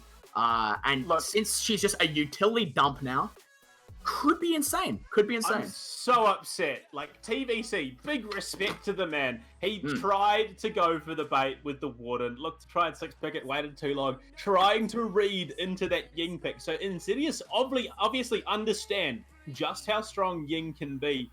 Maybe it wasn't Vague realizing the potential of the Ying, or maybe they were just like, nah, this is obviously a bait, so they didn't pick into it. But I mean, on a map like Clubhouse, playing in and around Gym with a Ying can be just devastating, especially if you can get those Candelas deep, where those ankle holes are usually set up. It flashes into both rooms, makes it incredibly hard to hold, gets themselves a favorable position. They have the smokes as well. There's just so much play around potential for that. Also, playing into basement. If you open up those hatches, you can just dump all your Candelas down into Armory, or even into that Moto hold. And I mean, it's just going to force up defenders left, right, and center. So it'll be interesting to see if either team has respected that. But I mean, this is so close right now. Neck and neck. Teams are fighting tooth and nail to stay into this. It could have gone either way at the end. Unfortunately, like I said, not having those frag grenades made it so that the push into Throne wasn't going to be effective for Insidious here, but I just want to see what is going to be coming out. They're pushing the limits here. They've got such great frag potential. We saw Sparked going massive for Insidious. I mean, I think they saw him, he went past 15 frags at one point, at which point I lost count. Everyone on Vague has been fragging rather consistently as well. Kulba going pretty big on some of those wide roams, playing the likes of Vigil and the Mozzie and all the rest of it. But, I mean, we're going to be hitting Clubhouse very, very soon. And I mean, we saw the cheeky run-out play almost working there for Kingers, and then we saw that frag coming out of Cafe Door off the back of it from, I believe it was Axel holding that. There's just so many different plays that these teams are bringing to the table, and there's so many highlights that are going to be coming off the back of this series as well. I'm so looking forward to this map. Yeah, oh, absolutely for sure. And we're getting right into it, under Clubhouse. And for the love of God, if we see a Thatcher Maverick ban, I might cry. I might cry for the attackers, because that is going to be quite tough, but only time will tell as we watch this. Any predictions for these bans coming up? I mean, if I'm being smart on these teams, and I have been following what has been happening, in social media from a lot of high-level players, Ying is a ban here that you want to opt into. Thatcher would be the other one. It makes it so hard to get onto site. Yes, Maverick can play around that and try and deal with it. Yeah, there we go. Thatcher banned out. If they ban the Maverick and leave Ying available, she just plays so well into some of these sites. I mean, it's a struggle for a lot of teams to get through some of these thoroughfares, like through those doorways that are barricaded and through the windows as well. But I mean, with Ying, that's the easiest way to get into these positions. So I wouldn't be surprised if we do see both teams picking it up here. It is Insidious on the attack first, so it'd be interesting to see that. Yeah, there we go, the Ying ban! No, come on, surely not. That is, okay, all right, okay, so I have not seen this Ying meta you're talking about. I like to dream about it. But to ban Ying on Clubhouse, that's pretty damn huge. They must have seen something that I have never seen, because that must be absolutely terrifying. And then the Maestro ban coming in, quite default, definitely. It's either Maestro or Echo. Wait. But if Vague don't ban Mirror here, they're going to have 6 rounds with Mirror, who's definitely on Clubhouse can be incredibly impactful. So we'll have to see if Vague want to try and big dick this, or if they're going to just ban out the Mirror. There we go, yeah, I go. Dude, they're playing it safe. A lot of teams, I mean, most teams don't get the chance to play with a mirror, so they don't have strats set up around it. They've got to, sort of default to what is largely referred to as, ranked play. Yeah, I mean, pull off on the fly. So it'll be interesting to see what happens. I mean, we're heading into this first round. I mean, the fact that Vague took that first map in such clean fashion at the end maybe indicates that their defense is just a little bit cleaner than we thought. We're heading up to Gym Bedroom first. Ooh. And I mean, the Monty pick here from Red could be big if they can get into position with that big French operator and get the plant in behind it. That is going to be so rough. I've seen Monty a couple of times where it gets to the end of the round, the diffuser is down, and he can just pin someone into bathroom, and there's no way to play around it, and you've just got some defender sitting there screaming into his headset, let me out, and he just has to sit there and watch the diffuser tick down. But, I mean, we're getting into this. We are upstairs. The Monty has been stuck by Red here. We are seeing what could possibly be the second of 3 maps, or potentially the final map if Vague do take it out. Mop, let's kick it off. Yeah, well, let's get right into it. First, let's just talk about real quick this Gym hold, okay? Starting off with Gym is actually a really strong bait because as you can see, the Monty player, okay, Monty for taking CCTV. Obviously, you're going to use Monty to do a garage-oriented take. That is strong. If you're going to take Arsenal, you know, you could do Monty to take Blue. You could do Monty to take bottom main stairs to do a church take. That is very strong. But Monty taking Gym is actually not very good. I understand if you want to do a real hard push from west, from Jacuzzi, that makes a bit more sense. But I cannot imagine Insidious picked Monty with Gym in mind. So we're going to have to see if that Monty becomes an asset or is a bit of a weaker unit. I think we're going to see that east to west sweep out here, as that is exactly where Red has spawned. He's going to be pushing into Garage. They've got no one in position to contest it. Maverick and the Ash, as well as that defuser carrier, going to be setting up on Jacuzzi, and it looks like it's going to be Sparks playing off the back of Red here. And it can be so hard to play out as the utility is already being dumped into Gym here, just burning out those ADSs and the Where My Magnet spray coming as the door is already open down that red hallway. Looking for something as Bacon is already white screen. They're looking to burn out the battery. C4 goes, but it's going to be the drop down on TVC. But they're going to be able to pick them up. So it will be TVC incredibly low as they are establishing dominance in red stairs. They realize where Rice is now. They may be able to pinch onto him, forcing him down. Red stairs. Yeah, from behind. Evan follows. It's Cooler closely behind. TVC and Spark are now gone. That is the IQ. That is the Maverick. Red in a position all on his own is going to be finding it a little bit tough. Has to rotate back outside, join up with the team. And I mean, Vague is solidly in position to take this first round. Definitely, and now we're going to have to see if the team's going to come over to the Monty, or if the Monty's going to come over to the team. And it looks like King as the Ash is going to try and get a few opening picks for the trouble. But so far, losing 2 members already is still quite unfortunate, and it's going to take a lot to recover here. As Apples, though they do have the breach open, and the breach, well, that is something. Maybe the rest of the team could rotate over there and do a Jacuzzi-oriented push. And with the Monty, that could definitely be strong. And that's what we're seeing. Ash is going to be on the windows. Gets the down onto Rice. And that is just excellent sense. Maybe they have a cam on there. Some information that we don't know about. But despite that, that is a nice shot from Kingers. Yeah, they still have a number of bodies still left alive as the Monty is in position. He's already made it through that breach. He might not have read this flank here from Kahuna. Knows there's someone outside the window. They're holding these tight angles. The push is in from Apples. Kahuna finds it. No, the push has been absolutely destroyed. Red has to do so much work. Spray coming out of Kahuna as King is pushed into that door. It's all up to Red right now. He gets the frag onto Culver. A 1v3 currently as Rice has been picked back up. This is a definite big ask out of the big French operator as he just backs out that breach hole. He's got to find something. Knows there's one in his tight corner on the B bomb site. As the Shirley Standard, they're getting flanked in from behind. 13 seconds at the round. He has to do something. There's nothing that can be done. His pistol cannot contest with the bullets flying out as he is just going to be stalled. And Bacon finds that frag. It was a smart strategy, I will give them that. But when it crumbles so quickly off the back of these holds out of Vague, you cannot be doing that sort of thing. Yeah, and definitely there, although Monty aided it in such a swift take for server, and that was really excellent to see, and I was about to be like, wow, Monty's actually working out for them so well. When Monty's just left in those situations where all he is a wall, and he can't really dish out anything to the opposition, that's where he can't really be used to effectively. And unfortunately, they didn't take any good ground with Monty. so it just wasn't the best use of him. But to be fair, not many people could expect a gym hold first round. So quite ballsy from Vague, but definitely working out for them. Yeah, and we are going to be heading to CCTV Cache. The Echo is there in the hands of Axel. Those yokai is going to be, just being a nuisance is basically what they are. They've got the Hibana now for Spark. They have the Zofia as well, so it is potentially going to be that play through the drone hole to deny those bandit batteries. No Maverick this time, so it won't be quite as easy as it would have been if he was still available. So it would be interesting to see whether they read into this one as well, because that was what they read probably being the first bomb site. It wasn't the case, and they got cleaned up by Vague here. Insidious on their map will have to do something a little bit more dynamic, a little bit more interesting to try and take this one away. Definitely. And it's really interesting to see Insidious. They've taken away the Monty. And, damn.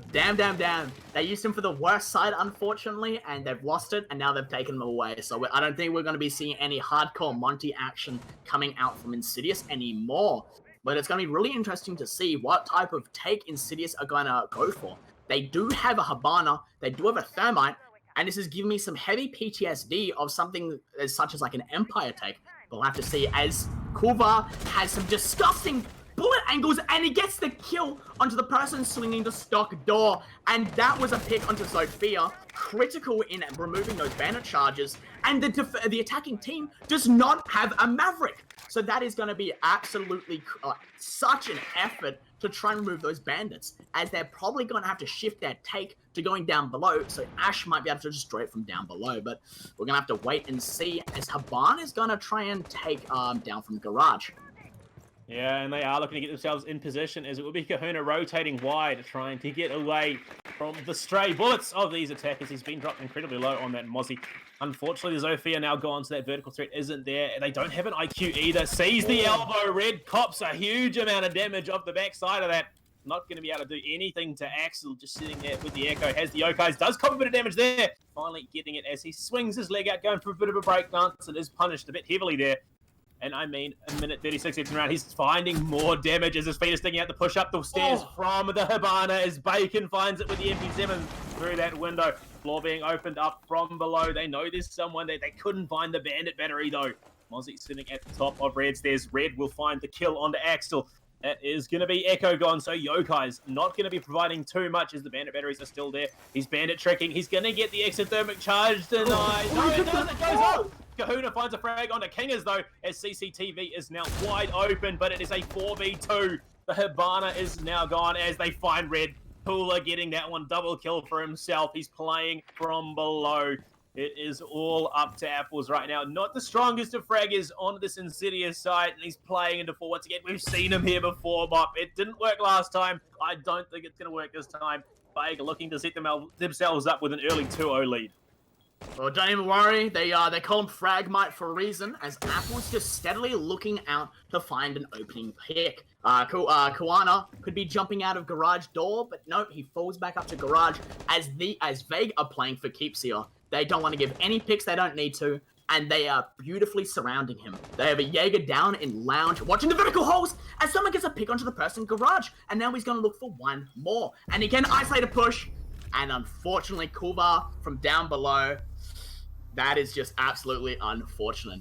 And despite the Ash, as I said, would have to go down below in Lounge to blow open the wall, in which they did, you have to leave a person to mark that, because just the hole itself doesn't stop Bandit from tricking, but it's the player beneath the hole. But despite that, the Bandit unfortunately picked the wrong wall, and they still got it open, but they still lost the round. And I think that's mainly stuff whatever I was talking, David Tachenka. Yeah, this has got to be a 6-pick. What's There's happening? no other way around it. No. Surely he's not going to be pulling this out. Yeah, there we go. It's going to be switched out onto the Jaeger. King is switching out the Ash, potentially hit. No, sticking back onto it. Maybe looking to respect the fact that, I mean, Vague may have stuck to that, but they do adapt here. Sparked is going to be picking up the IQ. They know for a fact there is potential for this to be a basement hold, and which is exactly what it's going to be. They can try and set themselves up here. Once again, though, we don't have a Maverick, so it's going to be a hard push trying to deal with any form of bandit battery onto Dirt Tunnel as they're getting those hatches set up. This could actually be quite an interesting hold, as they do sport a mute, in which is quite iconic from SSG Extended, in which they are reinforcing the CCTV wall. However, I'm really curious to see if they've done the jacuzzi. They've not done the jacuzzi. So they are doing an extended east hold, and that is really strange to see. Or maybe the Mozzie might be reinforcing jacuzzi quite shortly. But despite this, very common is an SSG strat. It's coined that after the team Space Station Gaming, in which really nailed it on the head with the strategy, in which they have two roamers, typically a Mozzie and a mute, upstairs, and they reinforce CCTV and jacuzzi. However, in this case, they have not reinforced jacuzzi, and they both roam around upstairs, and then they fall back when needed. And it's going to be incredibly interesting to see what choice Insidious have. Do they understand the put? They do understand the hold, sorry, and just despite it, just push straight through blue or maybe dirt? Or are they going to steadily clear the roamers? Because what's for sure is they can't just enter the first floor expecting the roam to not happen, because that's where you get punished. I mean, it's almost like a pseudo extended hold from SSG, as it will be the Mozzie and the mute upstairs drones are coming out, will be picked up by the pests, as Rice is just going to clean up that drone in construction. It's an interesting hold for sure, as they will just push through stock, looking to regain some position. Kingers is already down in basement with the IQ. So ironically sparked, they're triggering the goo mine, not going to be able to scout it out. Opening up that wall will be the Ash charge. The peak from the Jaeger gets... Well, actually, no, it was Apples getting down upstairs by the mute. Rice with the shotgun cleans it up with the SMG-11 there. So that is Thermite gone. Kingers will find a refrag though onto Axel. That's Legion gone, so no goo mine's going to be stocked up for him. They have angles down here in the basement, looking straight into Armory. Sparked will swing right, going towards Moto. Now to find much. He is gaining access to Church, and there's defenders holding that tight angle. It's going to be Bacon with the Valkyrie. 3 kills under his belt already, no deaths whatsoever. Defenders still upstairs though. It's going to be the mute and the Mozzie potentially looking for the refrag. He swings left, doesn't actually see Bacon. Free frag going into the hand of the Valkyrie, as Culver is now holding Armory. Looking down that long hallway, it's going to be Kingers in position though. He's pushed through that soft wall, doesn't get any damage up. Looking for the spray. The defuse is going down. Kahuna will find red, so a 4v2 currently. They see the defuse, they're not going to land it. And TBC sticks it, getting it out. Rice will be dropped by Kingers, double kill for him. TBT finds a third. It's a swing out. He doesn't actually get the kill. TBC drops Kahuna. Bacon is all alone. 1 versus 2. The prone form of Kingers there doesn't quite see Bacon as the pistol was too high. TBC has to swing. He does. He finds it. And he takes it back. One round going in favor of Insidious with an ambitious push down into basement. And Kingers going big with the help of TBC. Despite what I said, with the attackers making the worst possible decision to take, to like engage with that hold, in which they didn't decide to either A, clear upstairs and go down and clear these roamers, or B, cohesively rush as a unit, they decided to half it, and they still came out the win. And yet again, this goes back to Theme Park, in which I swear, Insidious, although they're not necessarily so strat heavy or strat cohesive as a team, their individual plays can carry a win of the round. And that is actually unbelievable to see. But extremely well played from them. So you've got to give them props for just winning those 1v1s in which there is no way you should be able to win those. So incredibly strong round from Insidious. But it's interesting to see Vague decide to go to Gym instead of just doing maybe a more default-oriented hold down in Arsenal. And this might be stemmed because they absolutely crushed Insidious on this Gym defense. Or maybe, well actually despite this, Insidious are not going to be bringing a Monty this time. So it's going to be interesting to see how their attack adapts with no Monty, if it's that much stronger, or if the Monty was actually a crutch in which they desperately needed. But I guess only time will tell for that question. I mean, it was an ambitious play for sure, and I mean, despite the fact that Insidious lost 2 frags, almost, actually, no, completely uncontested, there was no way to refrag in that position at all. They lost Sparked, they also lost Apples, I believe it was, upstairs to Rice, and somehow Kingers and TVC go massive, bring it back for the team, and get themselves that round. But now we are upstairs, like you said, in Gym Bedroom. It didn't work for them very well last time. They haven't got the Monty right now. It's going to be that Bandit trick coming up once again. The big thing I see here is, again, there is no Maverick. They're not looking to play around the torch at all, as they will use that breach charge in the office. It's going to be Kahuna holding that angle from below in admin office, looking for something. The Whammy Magnet will pick up this utility here with the help of the ADS as King is looking straight into bedroom. Will just open up that doorway down the hall. It's been blown open. The Bandit batteries are now gone as Bacon had to rotate off back into bathroom, trying to provide support where he can. Exothermic charges going out. If he gets to the Bandit trick, he's going to get killed. So it will be that wall being opened up on Jacuzzi is going to stick the Bandit battery on bathroom though and hold deep in shower as the drones are now coming out. It's a better start for them so far. Yeah, definitely, and we can definitely see a completely new attack, but Castle gets a kill onto Aichu, and then Kohana gets a kill onto Nomad. Ooh, there's just a flurry of kills coming out, as Mozzie once more, he goes for an incredibly aggressive Nitro Cell kill, and he gets shot out mid-air, and that's pretty impressive from TV. Good kill, good Nitro Cell denial. But despite any praise, a 5v3 is the exact same situation they found themselves in last time.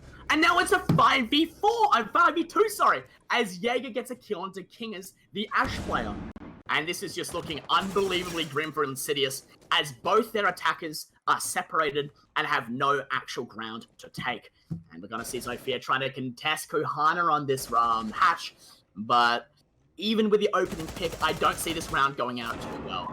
Yeah, Kahuna sees the elbow, does it. TBC drops as the sun comes out. Apples will find another onto Kulva as well, dropping it back into a 2v3. This is incredibly winnable right now. A minute left in the round. Apples has control over that gym doorway. Unfortunately, though, TBC will be fragged out by the UMP-45 of Axel. There is a defender in bathroom as Apples cops a huge amount of damage right now. The Whammy going big with that orb. Rice going big.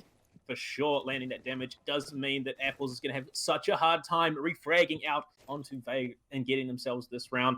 Pings are coming out, so they know exactly where it is. There's only so many positions that can be played. Apples finds the frag onto Rice, though. Double kill for him. Looks for that push into Master Bedroom. Potentially knows that is flank potential in bathroom. It's going to be Vacant holding that tight angle. Doesn't know where any of these operators are right now. He has to swing in, pre-fire this as best he can. Goes to the pre-fire. Unfortunately, if he'd had a bit more health, he might have been able to take that. But Bacon will secure the third round for Vague. And it's a good start from them, considering it is Insidious's pick.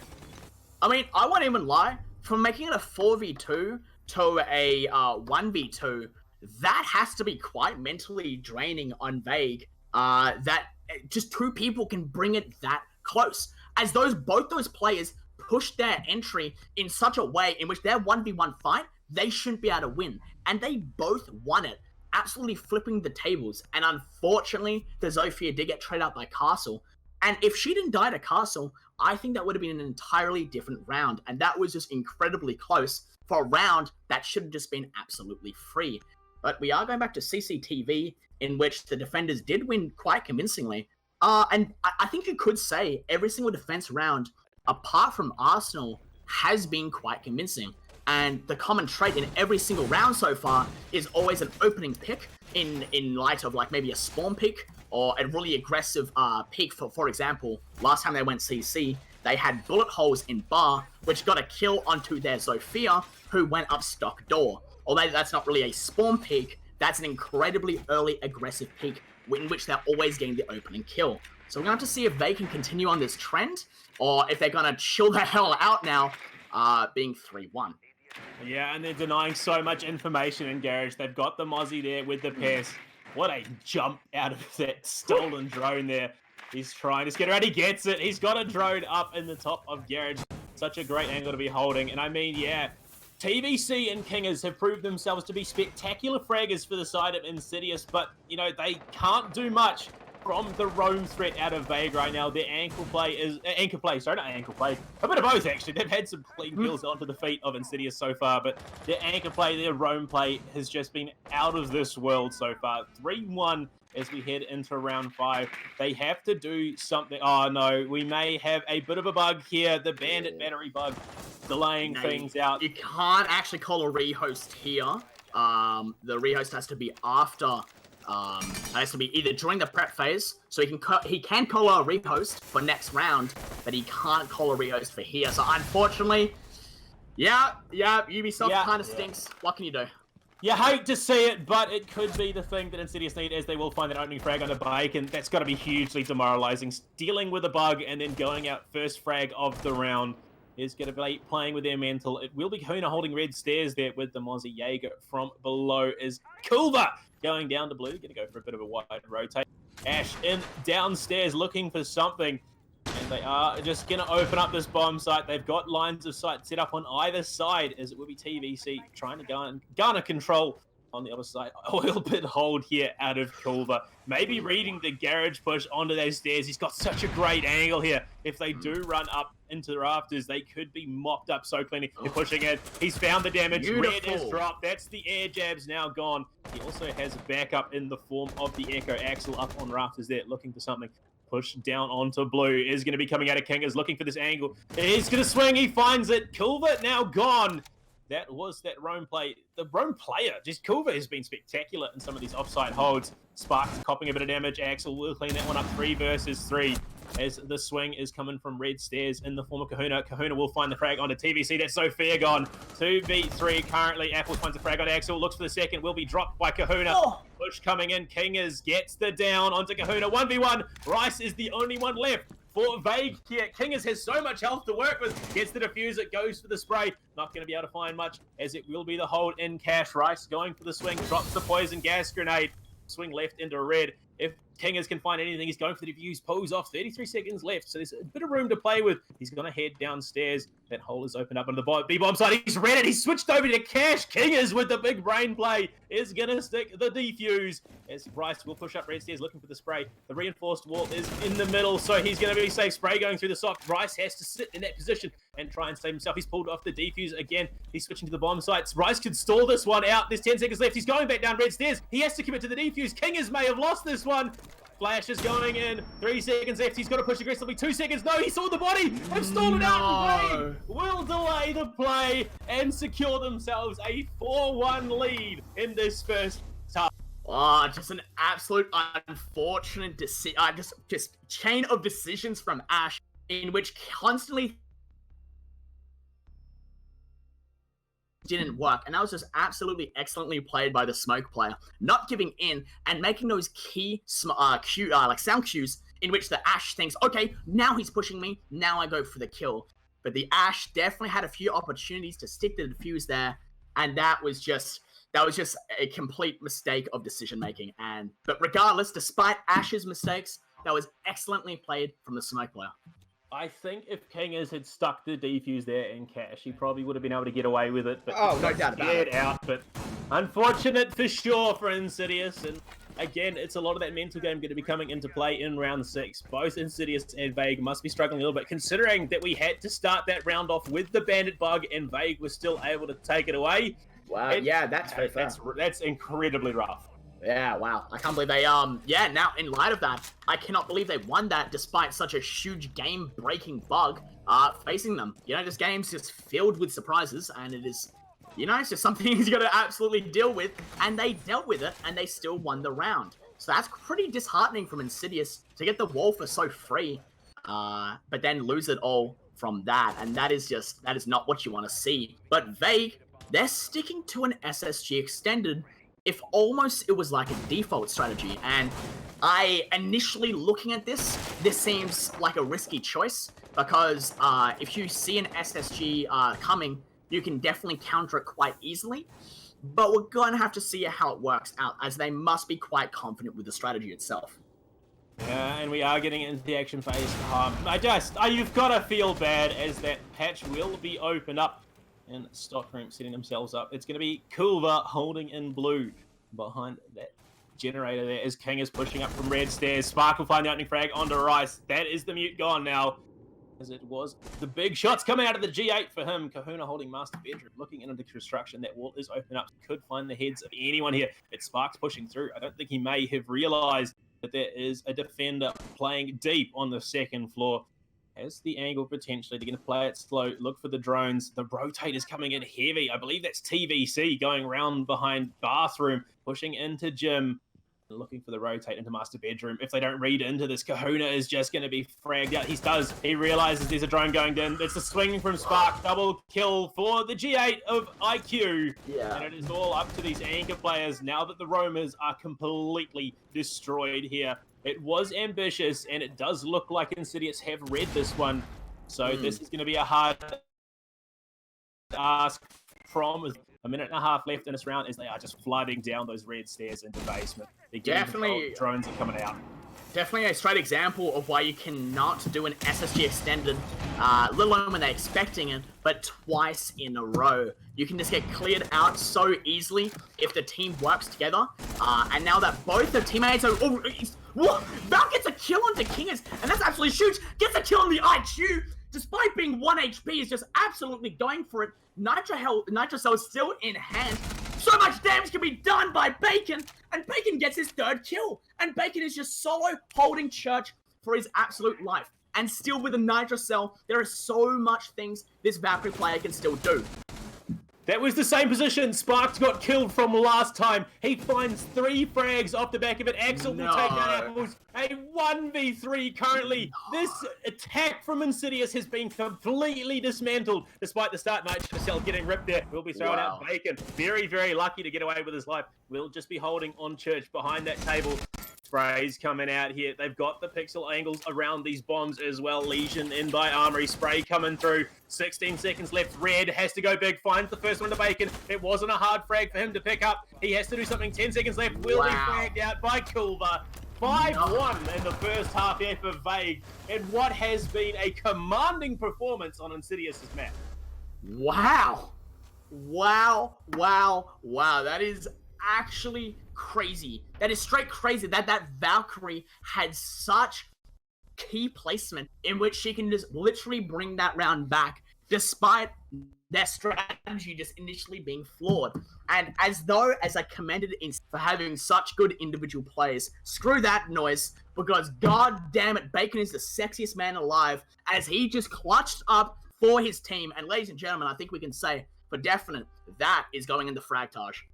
I mean, that was the exact same position he was in last time when he got that frag onto Sparked, when he pushed aggressively into Church. How do they not read into that same level of threat and not punish it? I mean, Ash just stood in the doorway staring dumbly at him and gets fragged out. But we are heading into the second half. It is Insidious on defense now. 5-1 up for Vague, though, so they have got to do a lot of work right now. They've got to go 4 rounds in a row straight just to even things up, and it's 6 rounds in a row for them to take this win. That is if they don't go to overtime.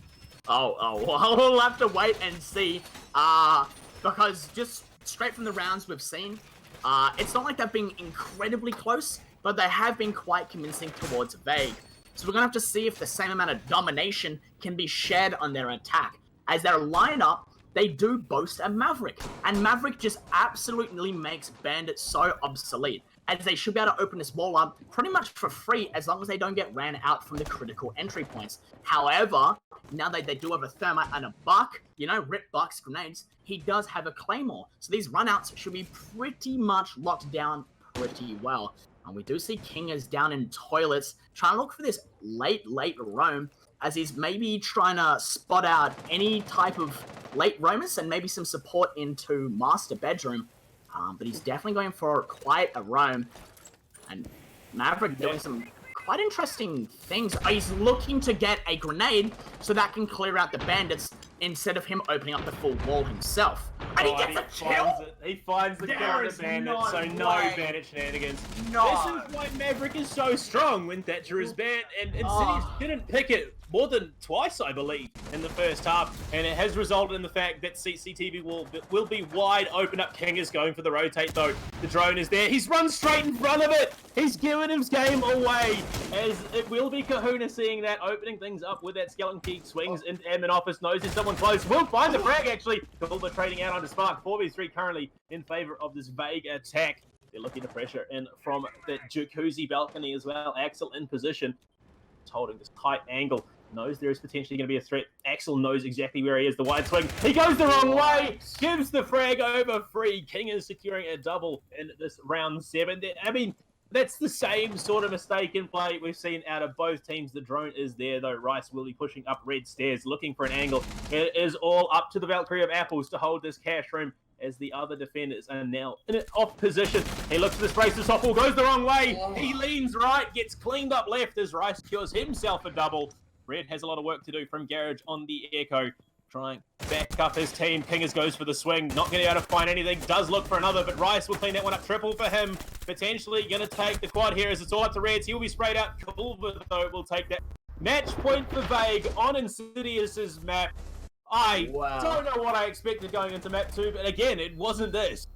I just don't get this. I just do not get this. Insidious consistently for the past, 3 rounds, well, 2 at least, have gotten these picks in which you're like, okay, wow, they've won this. Like, the Vigil has 2 picks, which I do not know how he killed that IQ. That is some obvious poor teamwork from Vague for someone to not get on that drone that's right next to him. But despite that, gets two picks, not the opening picks, but 2 picks despite that. And he's still, they still lose it out. And this is through such, just individual plays, and that's all you can account it to. That's all you can account it to. They should win that, but they don't. And there's nothing else you can say but, wow, this guy beat him in a gunfight. He's taking control now. And it's just crazy to see. And this is definitely a roller coaster of a game, as it just seems like someone else is going to win, and then somebody peaks and somebody dies, and they take the side and they plan and they win. So we're going to have to see if Insidious can maybe change something up. Was the Bandit opening pick so impactful that it spiraled the game out? I'd say it's huge, but I don't think it was round losing. I mean, it seems like Insidious are just unwilling to play the operators that will help them the most in these situations. Whermy is available. I don't know why Kingers isn't playing it. Those magnets can be so impactful. Yeah, he's been playing rather well on the roams, but you want to deny that utility because that's what killed TVC in that last round. They need to read into these situations and play what will help them win these, and they just haven't been doing that. It's not been the clean play we expected. Maybe it comes off of the back of those map bans. If we'd seen a Coastline, if we'd seen a Villa, maybe this would be much closer than it was, but Clubhouse is just not working for Insidious, especially considering it was their pick. Yeah, and that's really the most disheartening thing. Knowing that this is Insidious's map pick. That is unfortunate. But alright, despite what is unfortunate and what is not, it looks like the Maverick and Thermite are going to be working together to do the exact same thing. Now, what is Bandit's response going to be? He's going to try and possibly lodge a Nitro Cell over? Although that didn't work the first time, maybe he's going to get a bit more lucky this time, but who knows? Also noticing, Vigil is on site now, cancelling off the roam. There is no way Bandit dies off the exact same Maverick nade again. He knew it was coming, but he still died to it, and that is an absolutely poor opening pick. But despite that, Vigil did get not a trade, but at least on the board a trade onto the Ash, who was suicide. So I guess that's alright? Maybe? Not really. It's just not playing to what advantage they could have got on this map. They didn't have the Whammy, which is a huge tool in denying those utility grenades coming out of the attacking side. TVC knew that it was exactly the same strategy they were looking to play. Yes, there was the Ash of Culver on the backside by Suicide. They were able to get the frag, but he walked straight into that window as it was opened up, copped some damage before that grenade came out. Sparked went for an early peek, copped some damage himself on the Jaeger as Kahuna swings in with the buck.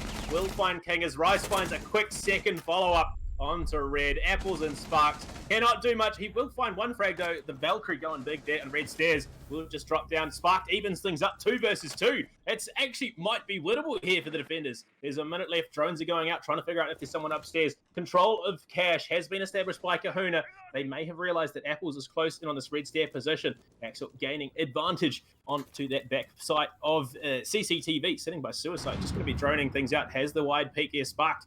Had he known that there was going to be a buck on the other side of that soft wall, he probably could have picked up the kill. They have control of the diffuser, though. They just have to stall it out. The drone was there. They know where Apples is. The flash grenade going in. He has to concede this red stairs, otherwise he might lose out big here. Yellow screen. Axel finds Sparks. 2 versus 1. Apples has to do everything he can. They have control of this bomb site, both bomb sites, in fact, as well as having control of the diffuser.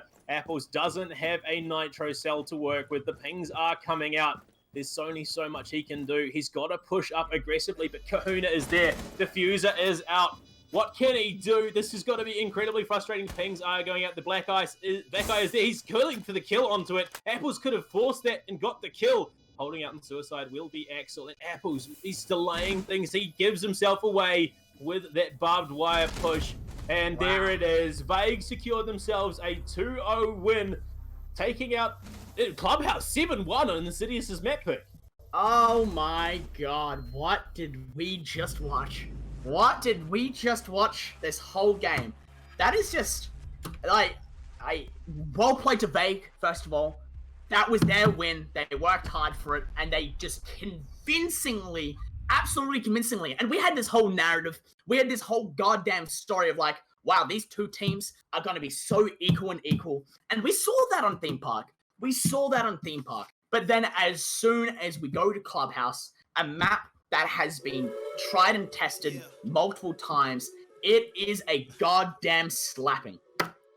Look, I mean, in all honesty, if you look at anyway, it is still at this stage going to be Insidious and Vague making it through. But the momentum, the bragging rights that Vague have just earned themselves going into main stage, there's so much momentum backing them at this point. It was an even first map. They cleaned it out 7-5 in the end. 7-1 on the second map, which was Insidious's pick. That's got to be not only hugely demoralizing if you're Insidious right now, but that's got to be a huge boost for Vague. Oh, absolutely. Absolutely. And I think there's no question of who won that. That was definitely Vague's win and just a fantastic game to watch. Yeah, it was smart, clean play coming out of them. They did get a bit shaky in some situations, dealing with that heavy frag potential of the likes of TVC and Kingers, but they did clean it up in the end 2-0. We didn't get to see Cafe, unfortunately, but that is the end of our first series. We do have one more tonight. It will be Lethality versus Fatality in Group A coming up for the next one. So don't go anywhere, guys. We will be back soon.